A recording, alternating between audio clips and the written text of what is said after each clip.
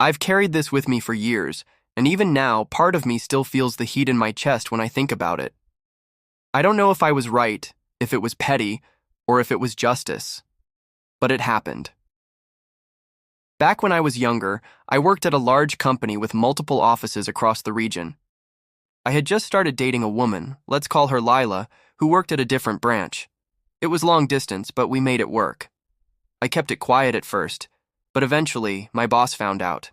My boss, let's call him Daryl, was one of those guys who needed to dominate every room he was in, type A to the extreme, charismatic to those who didn't know better, but manipulative and cruel behind closed doors.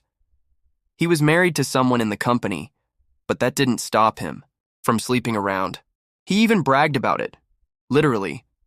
He had this sick hobby, photography, and he'd take pictures of himself with the women he slept with. Faces shown, acts captured. Then he'd show them off like trophies on the production floor, like it was some kind of game. When Daryl learned I was seeing Lila, I guess he decided he needed to prove he could take her too. Next time he had a reason to visit her branch, he made a move on her.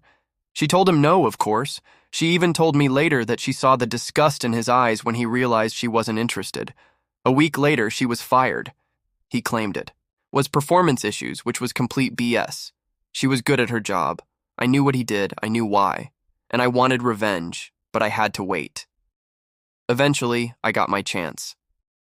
I knew he kept the photos locked in his office. He wouldn't dare risk bringing them home to his wife. One Saturday, I was working overtime and the cleaning crew came through. They unlocked his office like usual, and I slipped in, pretending I needed measurements from a set of blueprints. The cleaning lady didn't even blink, just asked me to close the door behind me. Once she left, I searched his desk. It didn't take long. In the back of the bottom drawer, I found them. A stack of photos. Dozens.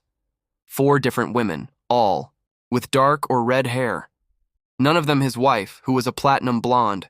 His face was in every shot, clear as day, grinning, posing, gloating. I took them all. A couple weeks later, he went on another business trip. That day, I left during lunch, drove an hour out to the nearest post office in his hometown, and mailed every photo to his wife. No return address, no note, just truth, raw and undeniable. She divorced him. Her lawyer shredded him in court. From what I heard later, he lost nearly everything. His position, his marriage, his money. I didn't tell Lila what I did until long after it was over.